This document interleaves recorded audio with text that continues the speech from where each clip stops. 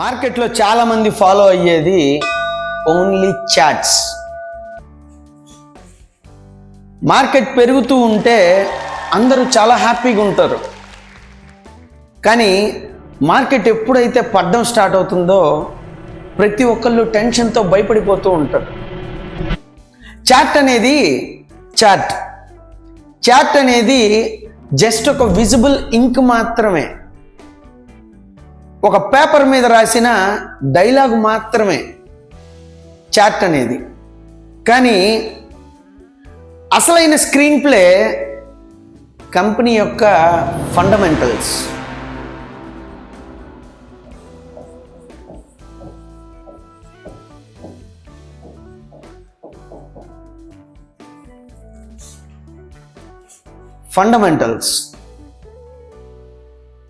Price అనేది effect అయితే fundamentals అనేది ఆ ఎఫెక్ట్ తాలూకు కాజ్. ఒక పువ్వుని చూస్తే అందరూ చాలా బాగుంది అని చెప్పేసి అని అంటారు. కానీ ఒక రైతు మాత్రమే ఆ పువ్వు యొక్క సీడ్, విత్తనం గురించి మాట్లాడతాడు. స్టాక్ ప్రైస్ అనేది ఫ్లవర్ అయితే ఆ ఫ్లవర్ యొక్క సీడే ఈ ఫండమెంటల్స్.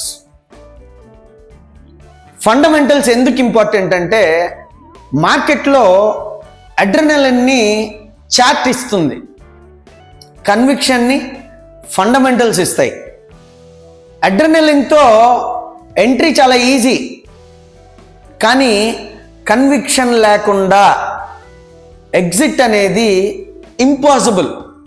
కన్విక్షన్ లేకుండా ఎగ్జిట్ అయిపోతే దాని పర్యవసానం చాలా తీవ్రంగా ఉంటుంది, ఆ కాన్సిక్వెన్సెస్ చాలా పెద్దవిగా ఉంటాయి. ఫండమెంటల్స్ అనేవి ఒక టార్చ్ లైట్ లాంటివి. ఒక చీకటి గుహలో మనం ఎక్కడికి నడుస్తున్నాం అనే డైరెక్షన్ ఇస్తాయి fundamentals. Consistency,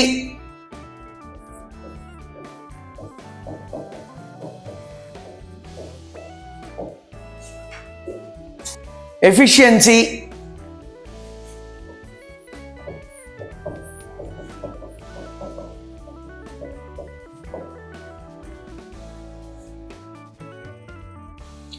durability.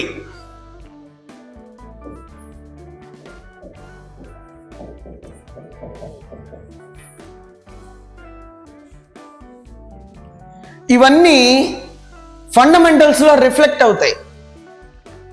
ట్రేడర్స్కి clarity, ఇన్వెస్టర్స్కి stability, వీటిని ఇస్తాయి ఫండమెంటల్స్. కానీ ప్రతి కత్తికి డబుల్ ఎడ్జ్ ఉంటుంది.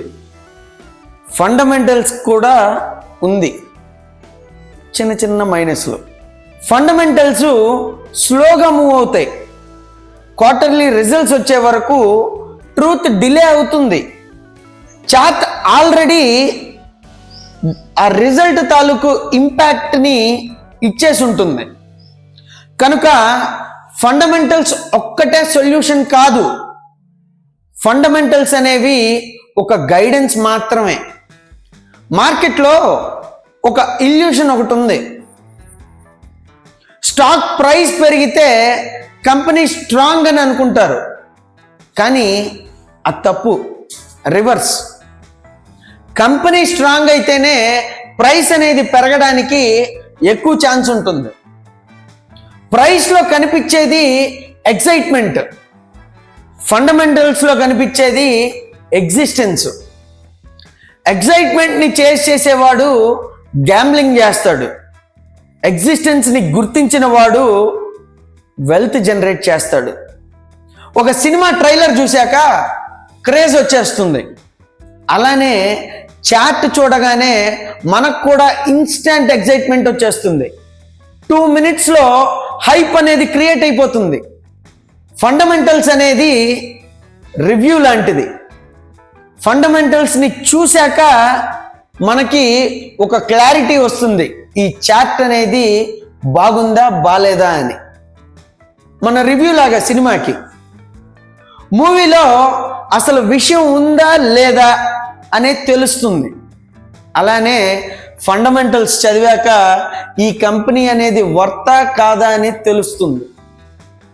ఎక్సైట్మెంట్ మనల్ని ఎంట్రీకి పుష్ చేస్తుంది, కానీ కన్విక్షన్ మాత్రమే ఎగ్జిట్ డెసిషన్స్లో రెస్క్యూ చేస్తుంది మనల్ని.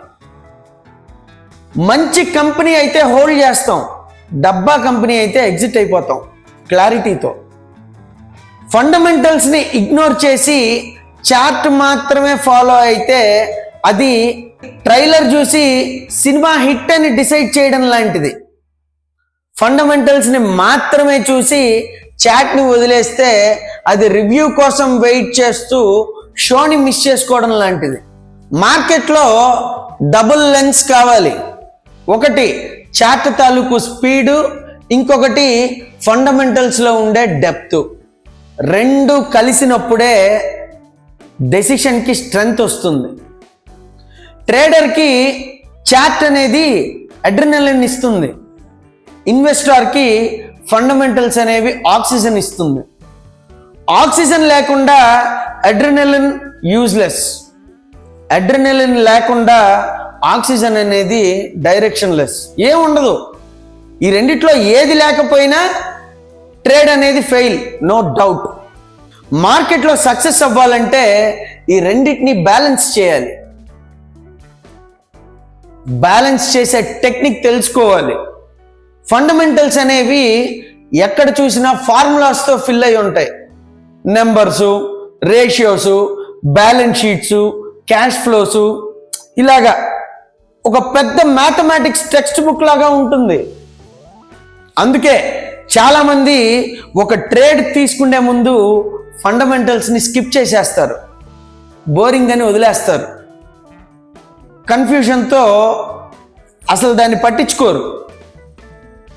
కానీ బోరింగ్గా అనిపించినా కూడా క్రాష్ వచ్చినప్పుడు సర్వైవల్కి, డెసిషన్కి స్ట్రెంగ్త్ ఇచ్చి నిన్ను సేఫ్గా నిలబెట్టేది ఫండమెంటల్స్ మాత్రమే.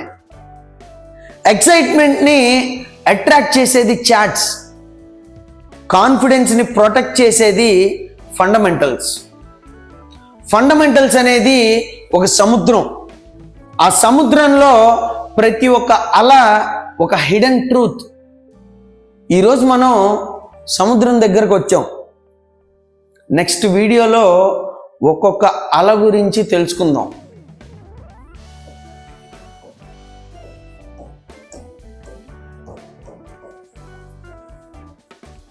హై ఆర్ఓఈ అంటే ఏంటి, అసలు ఆర్ఓఈ అంటే ఏంటి, ఇది కంపెనీకి పాజిటివా నెగిటివా, without and out clarity చాలా సింపుల్గా నెక్స్ట్ వీడియోలో తెలుసుకుందాం.